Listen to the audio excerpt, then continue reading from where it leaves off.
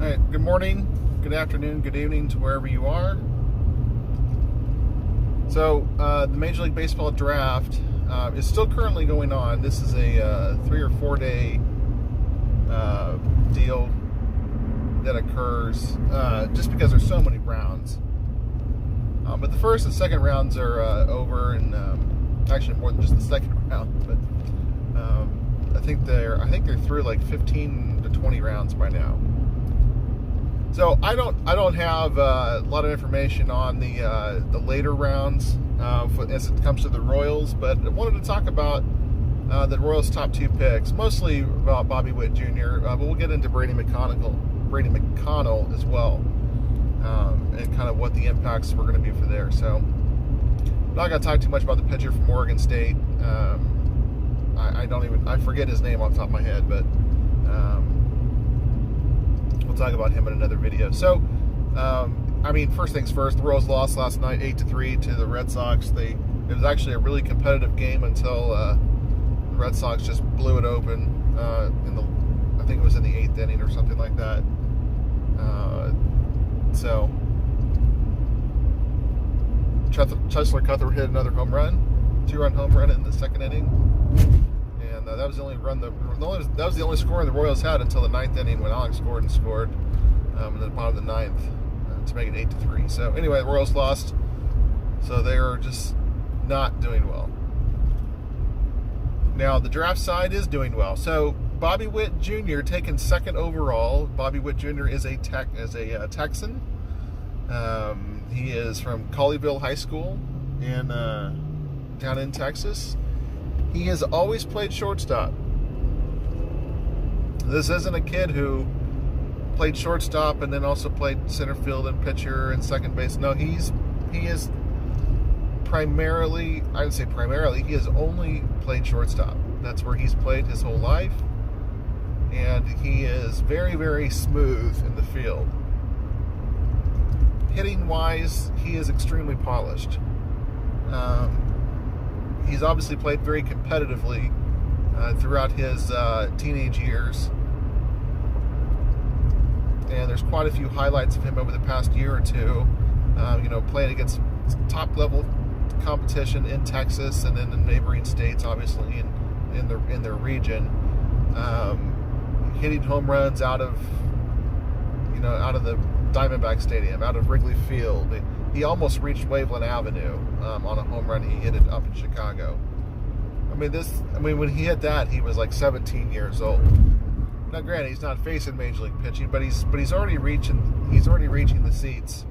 As a teenager, this guy looks like, if there's ever as close to a sure thing as possible, this guy sure looks like it. Now, Les Norman was on the radio yesterday here in Kansas City, and he talked about how there is no such thing as a can't miss prospect. There are guys who are very close, and he did say that, this guy is close, but there is never such a thing as a can't miss, 100% can't miss prospect. Because I can remember back in the early 90s when all the rage was this left-handed pitcher coming up for the Yankees named Brian Taylor. And that Brian Taylor was he was the guy. He was the next Sandy Koufax. All the comparisons were made. And if social media had existed in 1990, it would have been off the charts. It was about the same time that Topps baseball cards, they had, I don't know if you collected baseball cards back then, you'll remember when they first came out with their gold cards. And eventually gold cards just became watered down because every pack had a gold card. And then they all became gold cards, which basically, if they're all gold cards, none of them are gold cards. You know what I'm talking about. But it used to be that if you get a gold card, it was a rare thing. Absolutely rare. And the most expensive, the most valuable card from that 1991 Topps set was the Brian Taylor gold card. And I want to say at the time it was worth around $75. So to a 11, 12-year-old boy, that's like hitting the jackpot. So anyway, getting back to Bobby Witt Jr. So he is every bit of the super talented player that we've ever seen coming out of college or out of high school in a long time.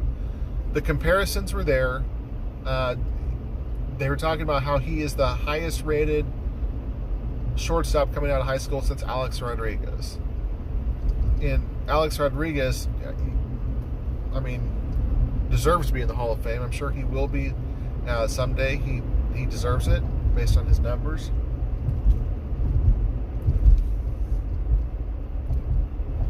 So when you look at adding that type of player to the Royals organization,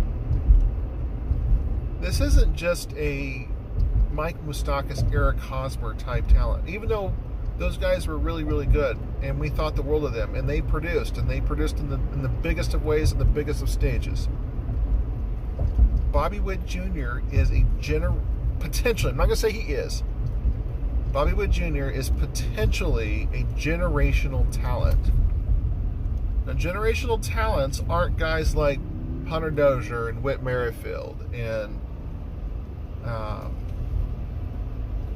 or heck, even Eric Hosmer or Alex Gordon. Generational talents are guys like King Griffey Jr., Alex Rodriguez. I'm going to say Bryce Harper as well. Possibly the guy that came up with the Blue Jays, Vladimir Guerrero Jr. These guys, that's what a generational type talent is. Guys that come up at 19, 20, maybe 21 years old, and they play for 20 years, and they're definitely going to be Baseball Hall of Famers. And you know it, they produce, they are.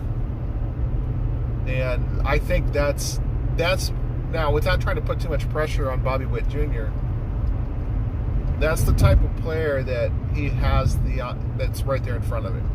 And especially now in this modern day where, kind of the money ball craze, well, that's kind of died down a little bit, but we are still a very heavy sabermetric baseball society right now. And so the kind of the knee-jerk reaction would be to say, well, remember that movie we all watched, Moneyball, and Billy Beane? He was a can't-miss prospect, and look what happened to him. He was just kind of a flounder, then he became a scout, then a GM. Well, true. I mean, the movie does dramatize a few things, but I think it would be a mistake to try to compare Bobby Witt Jr. to anything. Part of the thing is, another thing he has going for him is his pedigree. His father was I'm not going to say a great pitcher. He was a really good pitcher he was a good pitcher for a long time. He has a losing record. He won like 150 games. So he lost like 165, something like that. So it's not like he was Mike Mussina or anything. But Bobby Witt Sr. was he struck out a lot of batters. He walked a lot of batters too. And his final season in the big leagues was 2001, and he got a World Series ring with the Diamondbacks. So he had a very solid, not great but good major league career. For Royals fans, you can kind of liken him to Mark Gubicza. That's the kind of career he had, but actually played for a little longer than Gubicza did. So that's a legitimate baseball career. Was he worthy of the third overall pick, in the 1985 draft? I don't know. I mean, revisionist history would say that someone who's under 500 in terms of wins and losses, but we look at wins and losses differently for pitchers now. And so perhaps and he didn't have the greatest control, but his strikeout to 9-inning ratio was unbelievable. And he was really, really solid. So, yeah, maybe he was worth that pick. The thing is that if you can get a guy, in the top 10 who plays 16 years in Major League Baseball, I don't think that's a miss. Because there are so many guys that just don't make it. And there are so many guys like Christian Colon that the Royals drafted in 2011. There are so many guys that do make it, but they don't make it. You know what I'm saying? That was Christian Cologne.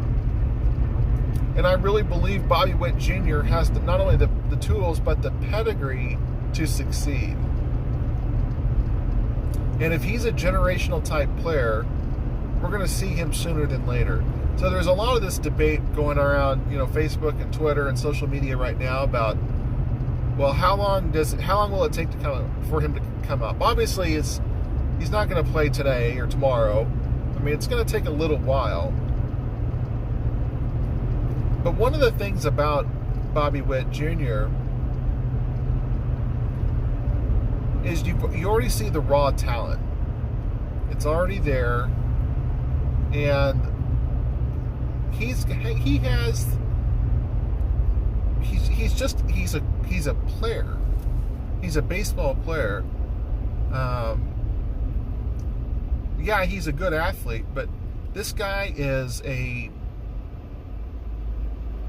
he's a shortstop that can make all the plays at short. He's got a cannon for an arm. When he had pitched very seldomly, he was touching mid-90s on his fastball. So that shows you that he's got a cannon. So he can make the play in the hole. You know what they call that, the 5.5 hole between third and shortstop? That's what, who was it? Oh, Tony Gwynn. It was Tony Gwynn who made that saying famous, the 5.5 hole. Because, man, Tony Gwynn could just put a baseball wherever. Anyway, so back to Bobby Witt Jr. So what are the expectations for him coming up for the Royals? Obviously, you're not going to see him this year. He's going to turn 19 here next week, I believe. So let me talk about that real quick. There's a lot of people who seem to think that this is a bad thing. That, oh, well, we question maybe he was just crushing inferior opponents. Look, his birthday's in mid to late June. And so wherever he started kindergarten, 13 years ago, their school district obviously had probably a cutoff of June 1st. So anybody born after June 1st had to, so if you turned 6 years, so he turned 5 years old on so let's say June 20th. I think that's probably around his birthday. Well, he couldn't start school that fall. He had to wait a whole nother year. So essentially you have to turn, so basically it goes from June 1st to May 31st. So you have to turn 6 years old during that time. And that's what his school district was. So yeah, he was the oldest kid probably in his grade. But it's not like especially when he's playing against competition baseball, that he was only playing against kids a year, 6 to 8 months younger than him. And what does that matter anyway? I mean, the guy is a talent. I think some people define themselves by misery and by running other people down, and it really sickens me. And so if that's what you're going to do, if that's your MO, just stop, or just go find something else to do with your time other than watch baseball. There's enough things in life that cause misery. Baseball shouldn't be one of them. Anyway, so sorry, a little soapbox there, but so what is a reasonable expectation for when we can see him? Well, if he is this generational type talent that we believe he can be, I think that honestly 2021 he should be starting for the Royals. Which, that's very aggressive. That's 2 years from now. So that makes him 21 years old. Is that out of the question? No, I don't think it's unfair either. Now, if he doesn't play well in the minor leagues, he doesn't deserve the call-up, then, he won't be called up. I mean, we all saw what happened to Mondesi. Mondesi obviously got called up for the World Series roster as an emergency player, but really didn't contribute. But then you have the 2 seasons after that, in 16 and 17, and when Mondesi struggled mightily, and then finally comes up last year and has kind of grown into himself. But last year he was 20. He's 23 this year. So I mean, it's not like he's old. So he was extremely young when the Royals gave him his opportunity, his first one. And I think they wanted to kind of jumpstart that. They wanted him to be a part of their previous regime. And obviously it didn't work out that way because he just wasn't ready to play yet. At least not every day against Major League pitching. Maybe Bobby Witt Jr. will be the same thing. But if he lights the world on fire and he does what we think he can do, I don't think 2021 is out of the realm of possibilities for him to be starting with the Royals. And so, and I'll say that if he just blows up the minor leagues and it's just unbelievable, I'm not going to put out of the question that he gets a September call-up next year in 2020 when he's 20 years old. It's not going to surprise me at all. If the comparisons are true and they hold, I mean, Ken Griffey Jr. made his debut at 19. So did Zach Greinke with the Royals. Guys that are legitimate stars. It doesn't matter how old they are. They're going to come. They're going to come up. They're going to be able to hold their own immediately. And he might be that type of player. So what kind of player is he? He's a 5-tool player. Plus power, plus speed, plus fielding, plus contact, plus arm strength. I mean, he's got it all. This is, like I've said about a million times in this video already, he is a generational type talent. And he honestly could become the greatest player in Royals history. I don't say that very often. As a matter of fact, I never say that. I never said it about Johnny Damon. I never said it about Alex Gordon. What I said about Alex Gordon was that he has the opportunity to probably become the second best player in Royals history. There's a lot that you have to do to dethrone George Brett. George Brett is the Kansas City Royals. And he always will be. So if you can take down George Brett as the best player of all time for the Royals, you've done something. You've done something pretty remarkable. It's almost like, taking down Stan Musial with the Cardinals. If you can find a better player than Stan Musial for St. Louis, that would be something incredible. People thought Albert Pujols was that player, and while he was tremendous for the Cardinals, obviously he left and went to Anaheim, and they still, obviously, Stan Musial's still the guy. So that's Bobby Witt Jr. I'm really excited. Glad the Royals drafted him. I really was either him or Rushman or Rutledge or whatever his name is, guy that never won overall. I think he is a fine hitter as well. I think he would have been a great spot there too. Royals probably wouldn't keep him a catcher. He would probably be end up being a first baseman, something like that. Maybe even an outfielder. He's pretty athletic as well. I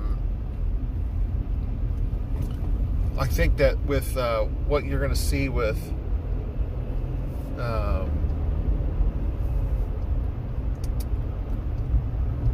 my clock in my car has not changed since I left the house. I was going to say, it's not 8:01.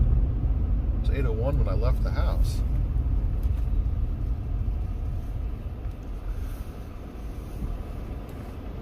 That's interesting. I wonder what happens if yeah, it says 8:30. But then I go back to the home screen and the clock doesn't appear. Something's wrong with that. That's interesting. Have to figure that out. So I'm almost to the office here. So real quick, so let's talk about the number 2 pick. Well, let me back up real quick. So one of the questions was along a lot of, maybe I'll call them the newer fans. I'll call them the post World Series fans for the Royals. Which, hey, they're still fans, and you guys deserve to be here. Plenty of room on the bandwagon.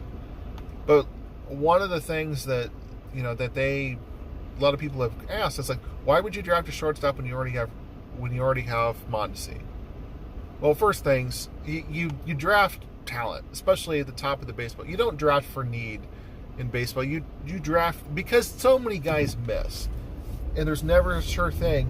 You draft the best players you can. The Royals' top 12 or top 15 picks from the draft so far this year have been pitchers and shortstops and like one second baseman. I think there was one outfielder maybe in there too. Other than that, that's it. You draft pitchers and shortstops and catchers. That's what you do. And it's going to be really interesting to see what happens. So let's talk about the second pick. Second pick was Brady McConnell. Brady McConnell was a teammate of Brady Sr.'s and Jackson Kowar down at the University of Florida. So he's obviously more polished in terms he's older. He's 22 years old. Or 21 years. He's 21 years old. He was a redshirt sophomore. This is a guy who... Excuse me. Oh my goodness. I love when you sneeze when you're turning. Oh man. So McConnell, also a tremendous talent. Get parked here and finish up this video. McConnell is a tremendous talent. Don't have a lot of time to talk about him right now, but one of the things I think that we're going to see with him is a position change. I think he's going to be a guy that the Royals are going to want to try in center field because he's very athletic. He's got a lot of skills. You could possibly look at him as a second baseman or a third baseman as well, but I think his athleticism is going to dictate that he's going to command an outfield spot, especially if you know, obviously if Witt Jr. is going to be the player that we believe he is, he's going to be the shortstop. And so what do you do with Mondesi? Well, you know what? We'll cross that bridge when we come to it. I mean, Mondesi, by the time Witt comes out, Mondesi is going to be in his arbitration years. The Royals if they're smart, they'll buy out some of his free agent years too if they want to keep Mondesi. Mondesi could also be traded. I mean, at some point every player leaves, you know, either through free agency, trade, or retirement. And so you have to really get it through that you cheer for the Royals, or if you're not a Royals fan but you're still watching this video, you cheer for the team that you want to cheer for. And it's not to say that you can't fall in love with players. I mean, George Brett's still my favorite player of all time. And then during the Royals, you know, the great runs they had, you know, several years ago, I really enjoyed watching Eric Hosmer, even though maybe he didn't live up to the potential that we thought he could.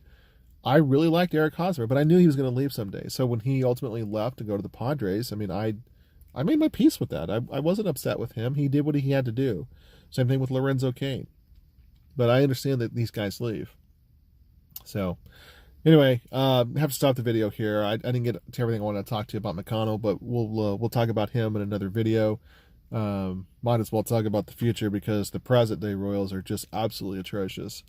And I think it's more of a mental thing than anything else right now. So thanks for watching. Have a nice day.